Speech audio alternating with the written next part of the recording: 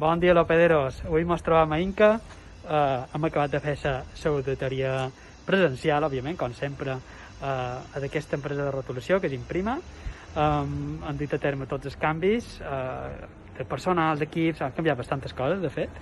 I una de les coses que sí m'he donat compte i que també vos comparteix avui és que moltes empreses que fitxau o contratau comercials per augmentar la vostra força de ventes, clar, molt de pits aquests comercials que venen d'altres empreses venen en tot el llistat de contactes de l'anterior empresa i li comencen a cridar en nom vostre i passar ofertes comercials i demés.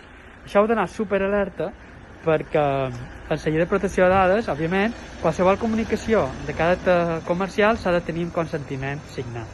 I això, a efectes pràctics, implica que les dades de tota aquesta gent que vos dus comercial, que no són vostres, o que si realment voleu que siguin vostres i que se puguin fer aquestes coses, s'han de signar els consentiments, ¿vale? Perquè si no, vos podeu ficar en problemes. Així que aneu alerta amb aquest tema perquè no és una cosa bastant sèria i res més per avui. Salut!